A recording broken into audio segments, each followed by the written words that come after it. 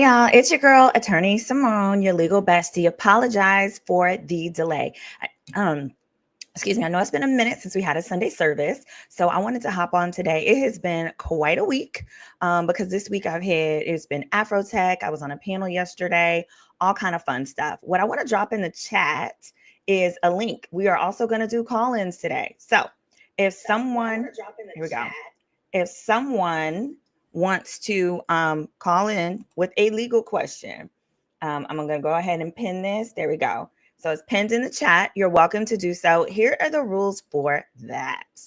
Let me go ahead and put the disclaimer across the bottom. Here's the rules. I'm not your lawyer. I'm a lawyer. I'm not your lawyer because you haven't paid me, all right? This is for entertainment purposes only. This channel is edutainment, where through us working together, talking about legal issues, handling your legal issues, you have the opportunity to get a little bit further than you would on your own dealing with legal drama, legal issues. Also, what you'll notice is I call my subscribers the jurors. Hit that subscribe button, hit that like as you're coming on in.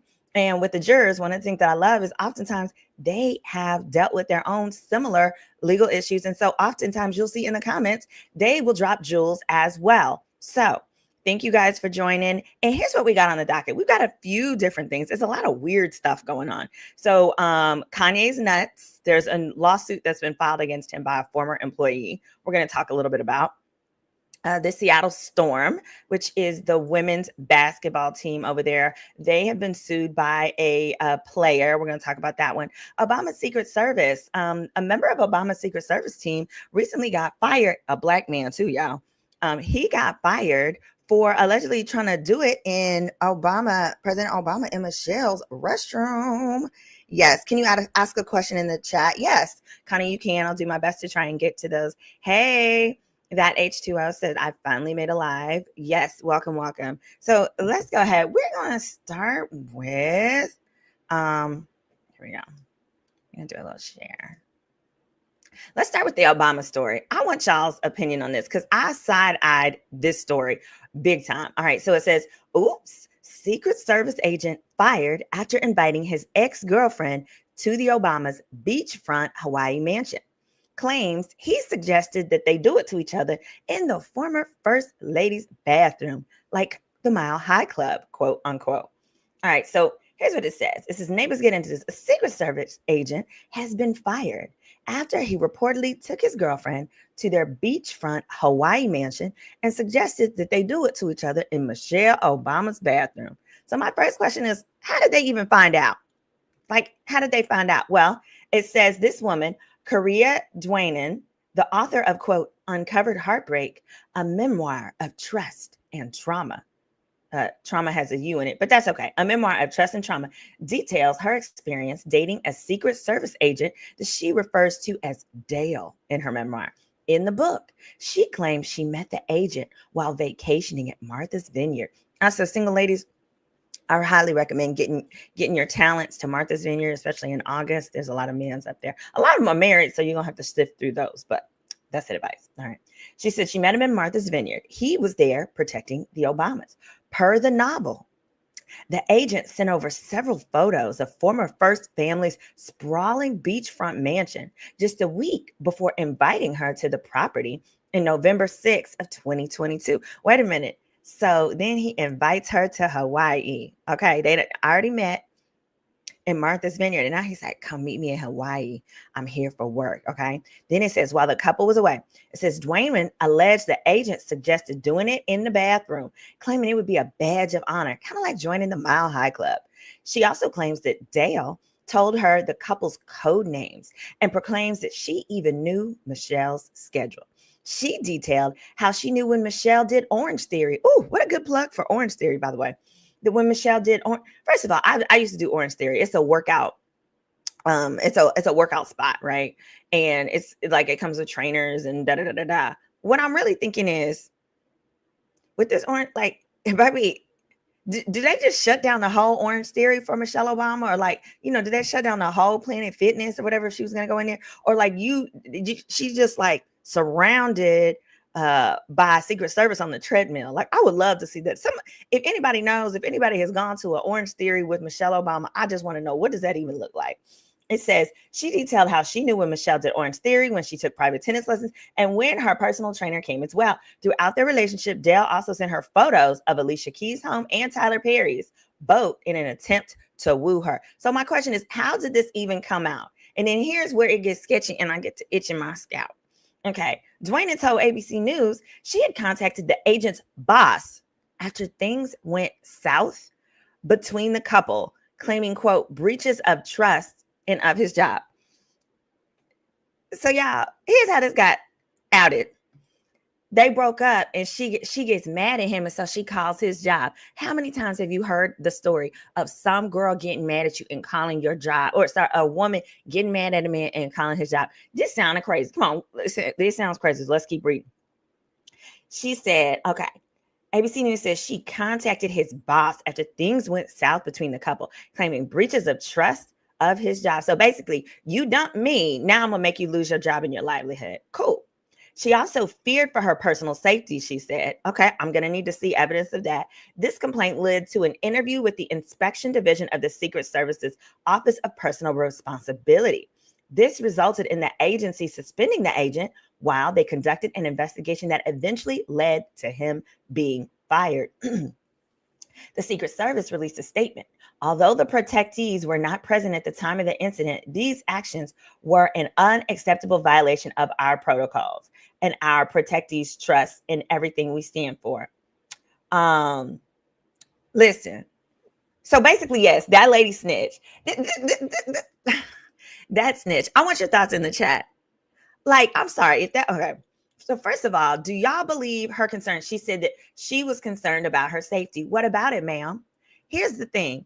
You can't even become a Secret Service agent. Generally, you actually have to have some prior like military service, or you went to the Naval Academy. Or, I mean, it is the most extreme security clearance. That man couldn't have had an unpaid parking ticket. Literally, you have to pay your parking tickets before you can become a Secret Service agent. I beat the shit since she was an ex for a reason, I guess. So yeah. So what I heard from the story is, you always read the headline. The headline looks sexy, but this looks like a plug for her book and a scorned woman. Baby, if that was my brother, girl, I would tear your behind up. Not that I'm encouraging violence, but sometimes it's like, but I'm not saying I would want my brother to whoop you. I'm saying like I would, or like one of my girl cousins, like, because we love, it's love. That's what you do when you love your siblings. But and the other reason why I'm not believing the statement, if she says, she's like the things that she's told when she says, I'm scared for my safety. She also feared for her personal safety. I did a background check on this lady. I saw she never filed for a restraining order. She never filed for a protective order. She never did any of that. She filed to get this man's job taken away. And here's the thing. Getting his job taken away doesn't keep you safe. So if you're actually concerned about your safety, in my experience, when I've represented true victims, when they're concerned about their safety, they go to the police, not somebody's job. Nobody calls Home Depot corporate. Nobody calls, any of that. In fact, if you listen to, there are a lot of women who have been victims of violence from police officers, who are married to police officers. What they will actually tell you is they are scared to call the police or those departments because they feel like they will cover it up for them. So hit that like, y'all. We don't have enough likes in this chat. He chased that girl and she burned him. Yeah. No one cares about her. She's trying to sell her book. She is trying to sell her book. And I found it really interesting that the first line in the article, the first section, Korea Dwayne, the author of Uncovered Heartbreak, a memoir of trust and trauma. Now, I have not read the book. If anybody wants to read the book and let us know. But girl, this in Korea, if I'm wrong, girl, come on over here and tell us about your book. Because it sounds crazy, boo-boo. It sounds crazy. It sounds like y'all broke up y'all might have broke up. You might have dumped him for cheating. Because it sounds like them type of men that like to woo you after hardly knowing you, they usually have an entourage of women in cities across America. So I wouldn't be surprised if he broke your heart by cheating. But the way to get back at them is not causing them to lose their job. I'm telling you, I have a friend, bless her heart. I have a friend who had a boyfriend who she found out cheated. And she was like, and I'm going to call his job and I'm going to tell them all about what he's done. And da, da, da, da, da. I was like, what does that have to do with anything? First of all, you'll have a child together. So now you're going to mess up his livelihood because he broke your heart. What kind of sense is that? What kind of sense is that? She said she could have kept that story. Look at her try to hype her up. No. She said, what a snitch. Yeah, I think he cheated on her. I think he probably, because he did that total uncovered heartbreak. Uncovered heartbreak means you done embarrassed me in some type of way.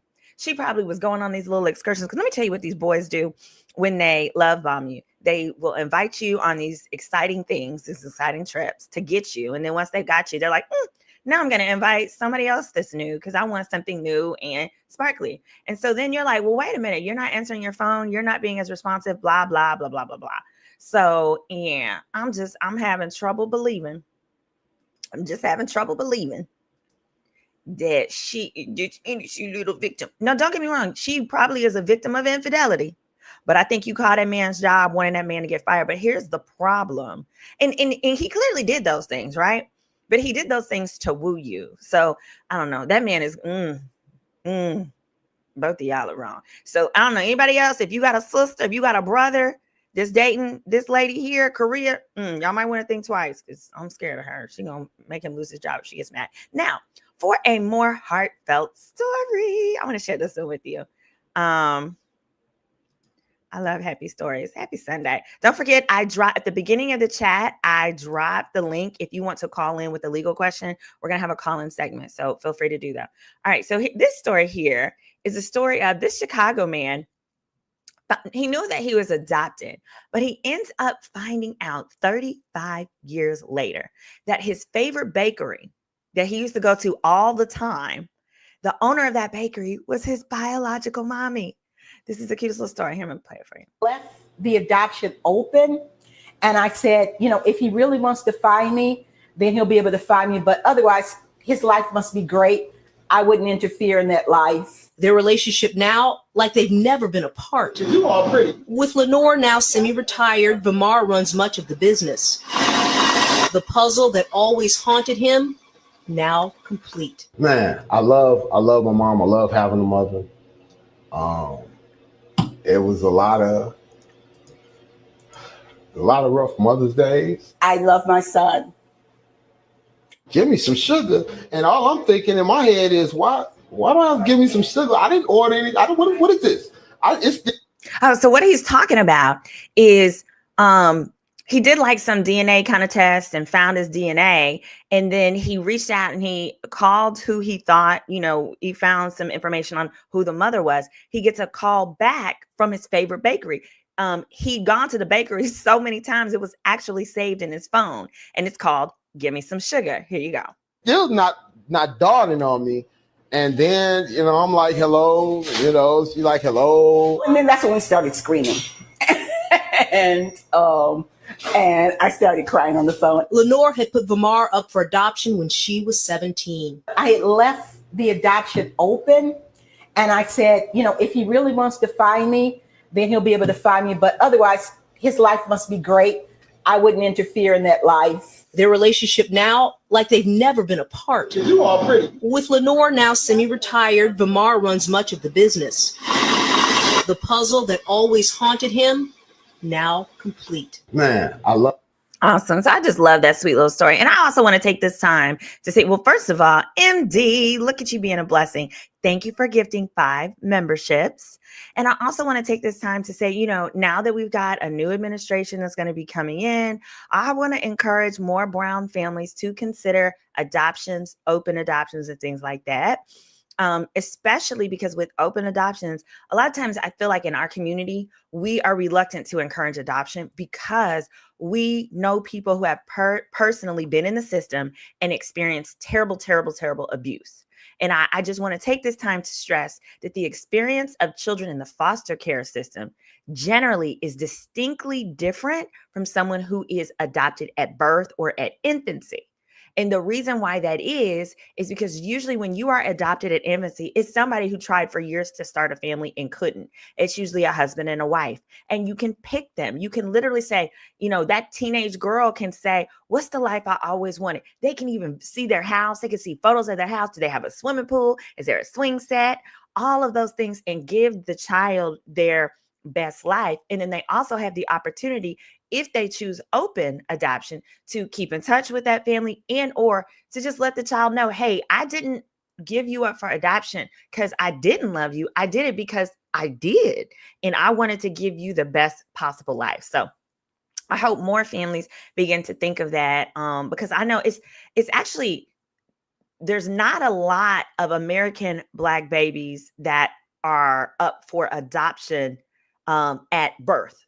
There's a bunch in the foster care system. Don't get me wrong. There's a ton of those. And, but there's not as much where, the family gets to do it from infancy and be that support system. So I just wanted to mention that. Latrace says, my mom's adopted and always says it was the biggest blessing. She loves her adoptive parents. Yeah. I think we just want to encourage those, whatever makes sense. But when I hear of those stories of like these 12-year-old girls that get pregnant and then have to become moms, and then people are upset that they're horrible moms, it's like, whose idea was this? Like, those seem like, to me, some of the best situations where you could consider an open adoption, under those kinds of facts, simply due to the fact that I got friends who got 12-year-old big sisters. That's generally not who you want to be your mom if you could pick your ideal mom. All right, let's moving on along. The Seattle storm, y'all. Seattle storm. We're gonna have to talk about this one, because this one sounds extra stupid. All right. The Seattle storm is under investigation for alleged player mistreatment. Now, y'all know, I've always felt with ladies basketball, I always felt it would be really nice if they had new uniforms, kind of like that old baseball movie, A League of Their Own, where the ladies played basketball baseball during World War II, because all the men were gone off to war. They had those cute little outfits, they were like skirts. I always felt like if these girls could put on some skirts, maybe more people want to watch. Because then we want to see girls looking like girls, playing basketball, being all cutesy. Maybe a little bows in their hair or something, because apparently they have a viewership issue. Anyway, but everyone's telling me that's a stupid idea. So perhaps it is. But here's what's going on today with the Seattle storm. Okay. And I also understand some of those girls look just like some handsome men. And so we may not want to see them in a skirt, because they'd look like Caitlyn Jenner.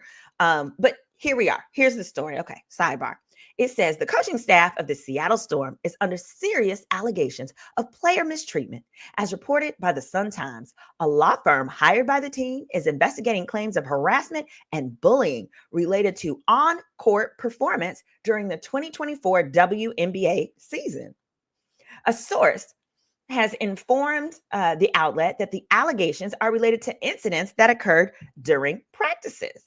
The investigation has reportedly been active for at least 2 weeks. The Women's NBA Association has confirmed that it is aware of the investigation, but has not disclosed any details. The Seattle Storm has not released a statement regarding the allegations. Head coach Noel Quinn who was promoted in 2021 following retirement of Dan Hoots, leads a coaching staff that includes blah, blah, blah. Whoever cares. All right. The Storm had an eventful year, finishing blah, blah, blah. The allegations come at a critical time as 6 players, including Nneka Onwuka, center Mercedes Russell, and guard Sammy Whitcomb, are set to become unrestricted free agents. But the gist of it is this. Let's go back to it. I want to be clear on the accusation. The allegations. Oh, here we go. Hold on. It says an EEOC complaint has been filed against the Seattle Storm for bullying and harassment. Coaches allegedly yelled at and alienated certain members of the team. Players were also subject to retaliation if they didn't run a play as called. Are you kidding me? It's called coaching. Coaching. Coaching. So wait. So first of all, this is going to be a very interesting case to follow for people like me who like the nuances of the law. Because yes, in a traditional work environment, if you work at Microsoft and somebody is bullying you and harassing you on the job, you can absolutely file a claim for toxic work environment or hostile work environment. But if you play a sport and you file an EEOC, first of all, EEOC, it can be for both discrimination, like you're discriminating against me as a woman, but it can also be for things like hostile work environment. But it says coaches allegedly yelled at and alienated certain members of the team. They were subject to retaliation if they didn't run a play. It's not retaliation, it's punishment. If you suck, you suck. If you suck, they're gonna say you suck, go sit down. You missed that route, go sit down. I think routes are in basketball, whatever. You missed your play. Karma Killer said, I love women's basketball, but then again, I'm a lesbian. But girl, do you think, I think that here's the thing. I think that complaints like this make it difficult for people with legitimate complaints, but also I don't believe that there's space for this type of complaint in sports, whatever the sport, because this is basketball. I'm sure it happens to women's soccer. I'm sure it happens in women's gymnastics. Hell, in gymnastics, they probably talk to them kind of crazy. But coaching, first of all, your coach has to yell at you because you're on a court and you're running up and down and this and that. So that just sounds like wholeheartedly goofy, doofy, and dumb. I want to know who filed this complaint because she sounds like she a wuss. And girl, what you do? You went home and start crying because you missed a thing? And I have trouble believing that. It must be far more severe than these little statements assume.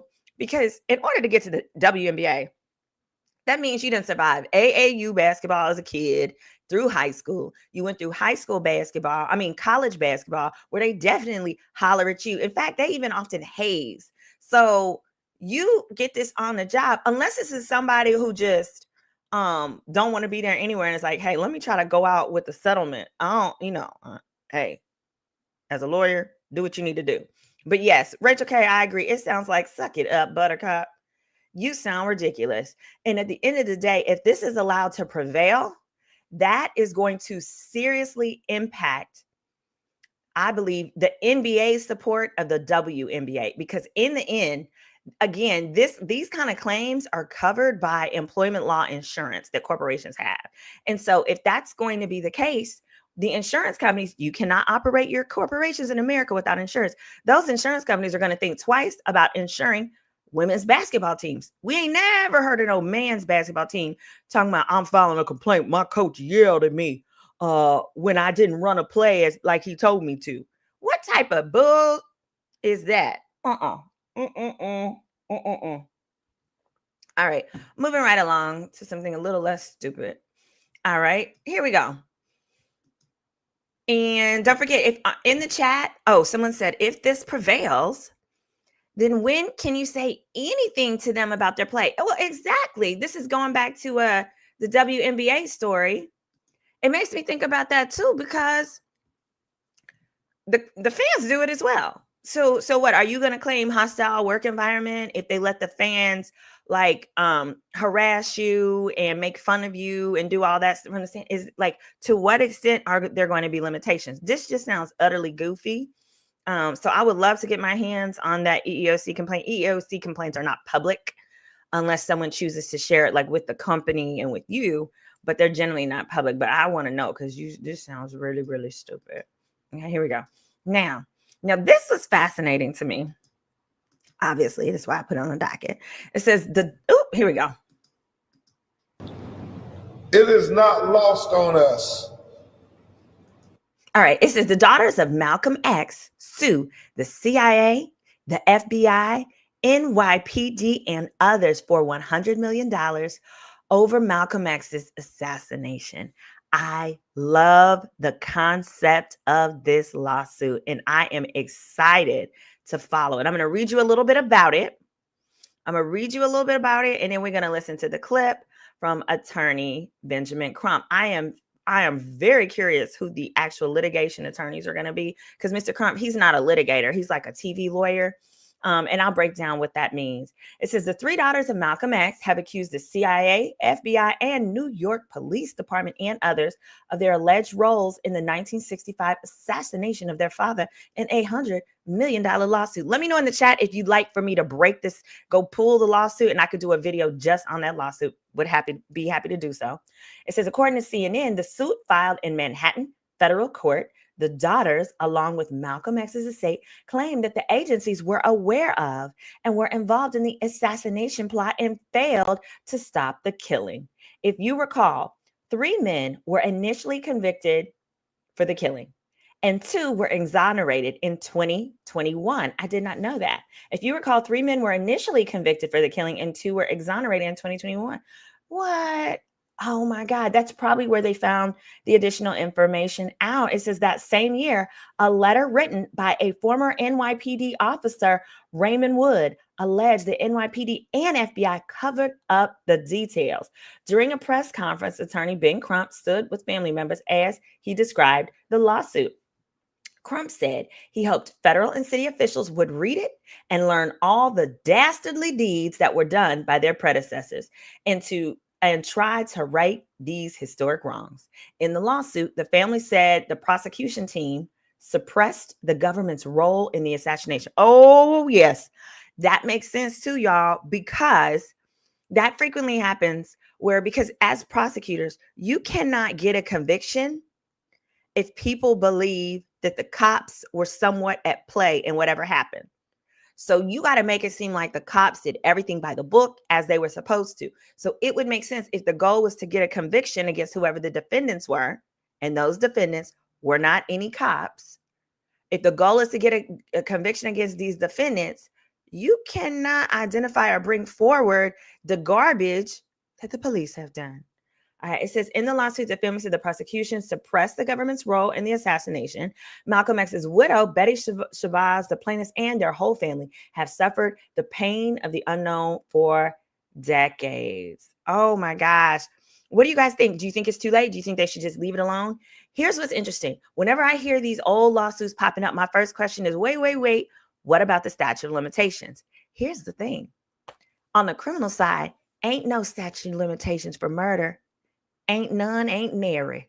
So this is a civil lawsuit, but if they unveil certain things in the civil lawsuit, that there are certain FBI, CIA, or NYPD members that were involved, oh, baby, they can be charged. It is not too late. They can absolutely be charged. Also, secondly, when it comes to civil lawsuits, with civil lawsuits, there's something called the discovery rule. How the discovery rule works is that if certain evidence or information was withheld or hidden away from you, the statute for how long, how much time you have to file the lawsuit starts from when that information was revealed to you. So if they didn't learn about it until 2021 or 2022, as a result of the other 2 convictions that were overturned, the statute would start from there and they'd have those years to file suit, which means they have filed within the time frame. Oh, Rachel K says you make me want to study law. Oh, and you can. I'm going to do a reel soon. I'm going to do a video on careers you can have in the law without a law degree or without going to law school that still make good money. Because there's so many different ways that people can participate in the legal system, make money, or even get careers where you don't necessarily have to go to law school. But thanks, Rachel. Yeah, I'm very interested in this too. Now, I'm interested, though, in seeing who are going to be the true litigation attorneys. So, and what I mean by that is, so Mr. Ben Crump, I call him a television attorney. So what he is he gets, put that back up. He gets attention to these cases that desperately need it. Because without the attention, a lot of times we can't get justice. Let's think about Ahmaud Arbery. Ahmaud Arbery, that case had happened for months. But as a result of the attention he was able to bring to it on a national scale, we got a special prosecutor. I say we, because I mean we, the people, the brown people, the people who have experienced these things. A special prosecutor was assigned, and the prosecutor for that county who was like, no, we're not pressing charges. They replaced them, pressed the charges, and now we got the guilty verdict that we have. But what's interesting and what you have to be cognizant of is, so what happens is he partners with white law firms, and the white law firms frequently try the cases because he's got so many cases. He can't be in every courtroom every time. But what you have to be careful of is some of those firms treat their Black attorneys like shit. Absolutely. And I know this as a fact. So Mr. Crump, if you want to call me about, I can tell you about some of the ones that you partnered with that you may not want to partner with anymore because they're terrible people. And I have a real problem with that. I love the idea of, like, as attorneys, so often we can overwhelm ourselves because we want to help everybody, right? But you have to create strong legal teams to get it all done. But what I don't like is when we partner with firms that don't like us in the first place. All they like is our money. You know, they want to get in, they want to get in that settlement. But when it comes to it, you see they treat their Black attorneys like crap. And that's a frequent problem. So there's that. Also, I always wondered, y'all, whenever I see Mr. Crump, I'm like, Mr. Crump. Okay, so everybody knows we all hate George Zimmerman. That's like a thing. No one's surprised about that. But if you remember years ago, George Zimmerman, I will never forget when that man went and put the gun that he used to pow Trayvon Martin on eBay for $1 million. And I was like, what in the world? If y'all remember that, he put the gun. Yes, I am licensed in New York. I'm licensed in New York, New Jersey, and Texas. It's my New York. I haven't used it in years, but yes, I'm licensed in all three. That's how I filed the lawsuit against R. Kelly back in 2018. But so with George Zimmerman, he put that pow on eBay for $1 million. Now, everyone in the public was so disgusted by it that the public made such an uproar, eBay removed it. But when I was thinking about it, I was like, I don't know. That's like a difficult thing, because if the money is going to go to the family, then it should be the family's choice, right? If that $1 million is going to be used because, you know, there was a civil suit and it was found that he's liable and therefore all that money goes to the family, it should be, I would say it was the mom and dad's decision. Like, hey, do you want this? Like, are you okay with this? Whatever, like that. But I did some digging. I did some research. Do you know they've never sued George Zimmerman? They let the statute of limitations expire on George Zimmerman. George Zimmerman will never have to give that family a penny. A penny. I'd love to hear why. So what happened is this. With the Trayvon Martin case, there was a civil, there wasn't even a lawsuit. What happened is he was able to draft what's called a demand letter. He sent it not to George Zimmerman because that man didn't have no money. He sent it to the HOA of the community because the HOA allowed Zimmerman to act like he was security, to act like he was patrol, even though he wasn't near security and he was not technically authorized. So what he did was he was able to send a demand letter and he demanded the policy limits of the insurance policy that HOA had. And my understanding is that he got that. So he didn't have to file a lawsuit. So that makes sense. That's what you want. You don't want to have to file a lawsuit. You want to be able to write demand letters so persuasively, they give you every dime they have without even having to file suit. That way you get the family gets paid faster. So we get that. Okay. He did that part. However, so he got paid from the HOA, but I was disappointed to see, and I would love to hear the logic of it. I'm sure he has his logic, but I never understood the logic of why they didn't separately sue George Zimmerman in court to get a verdict against him in the same way Nicole Kidman's family, Nicole Brown, OJ Simpson's ex-wife's family sued OJ. So OJ got off, right? So he was found not guilty. In the same way Zimmerman was found not guilty. However, her family went to civil court and got a multi-million-dollar verdict. Why, Mr. Crump, why y'all didn't do that here? Get that multi-million-dollar verdict, and then any dime that man ever makes is supposed to go to the family. So I don't know why they didn't. But it may be because at the time like it costs money to litigate. And so if he wasn't willing to do it on a contingency fee basis, or he may not have wanted to put in, to do that contingency, because that can take years and you're not necessarily going to get any money up front. It could take years because you're going to have to collect. And in Florida, they do have the homestead protection. So he could protect it. But at some point, George Zimmerman's going to croak He got to go. And I just would have loved to see the statement that would have made so that he could never be too comfortable. George Zimmerman could never be too comfortable because he knows that any money that goes would go to ultimately the parents. Because remember, the parents are divorced or they're not married. And so it's two different households that effectively needed to be made whole from the passing of their son, the murder of their son. Okay, so Queen Kesha, good question. Okay, you're saying, I wonder why he's always a lawyer for civil rights cases. Well, a lot of people, so I say this all the time. Some people say, well, if he must be the lawyer because he's the best.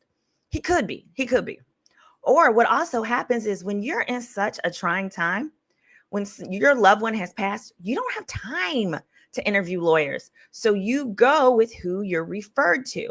Also, the way Mr. Crump actually first came on the scene is he became the president of the National Black Attorney Association, which is called the NBA, National Black Attorneys. Yes.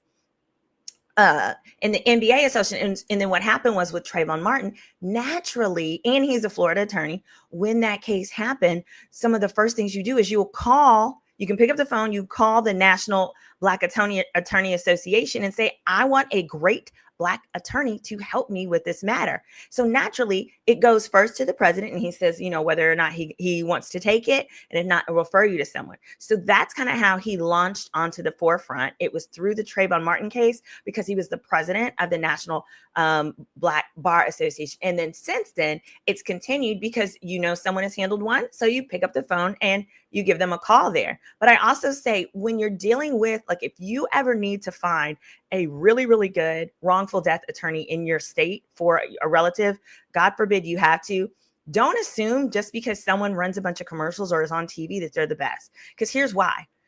You only need a wrongful death attorney once in your life. And by the time you figure out that the one you picked is not a good fit for you or maybe isn't any good, it's too late. Your relative's already dead. They're gone. So like if you listen to, what's his name? Steven Jackson. Steven Jackson has his complaints and his concerns about how the George Floyd case was handled.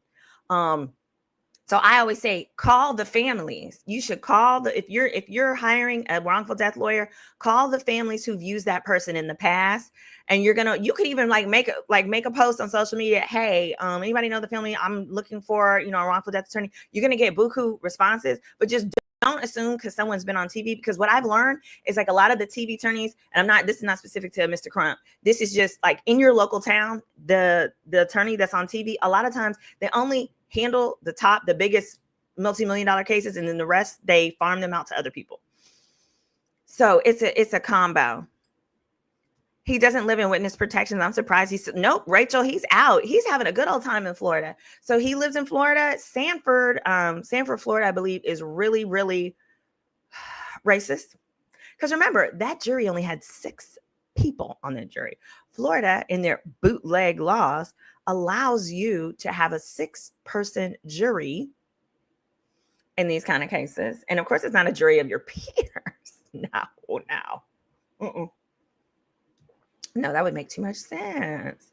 All right, I want to share this next story with you guys. But yes, so shouts out to Mr. Attorney Ben Crump, because this is the other thing about this case. Speaking of the Malcolm X case, it takes a really, a really fearless attorney to take on a case like this. It's going to take years, and you're not necessarily guaranteed for payment, but you have a much stronger chance of getting payment when you're suing entities, federal entities like this, because they've got insurance for it, those entities. But I'm interested, like I said, I'm very interested in seeing, I'll pull it up, who is the white law firm that's handling the majority of that. Hold on. All right, so next up, let's see. So I think that's it for today. I really appreciate you guys. It's your legal bestie. We didn't have any questions for today, so I may do another session later in the week. But don't forget to hit that like. Don't forget to hit that subscribe, and I'll have more for you guys tomorrow. Take care. Your legal bestie, Attorney Simone, on Girl, Is That Legal?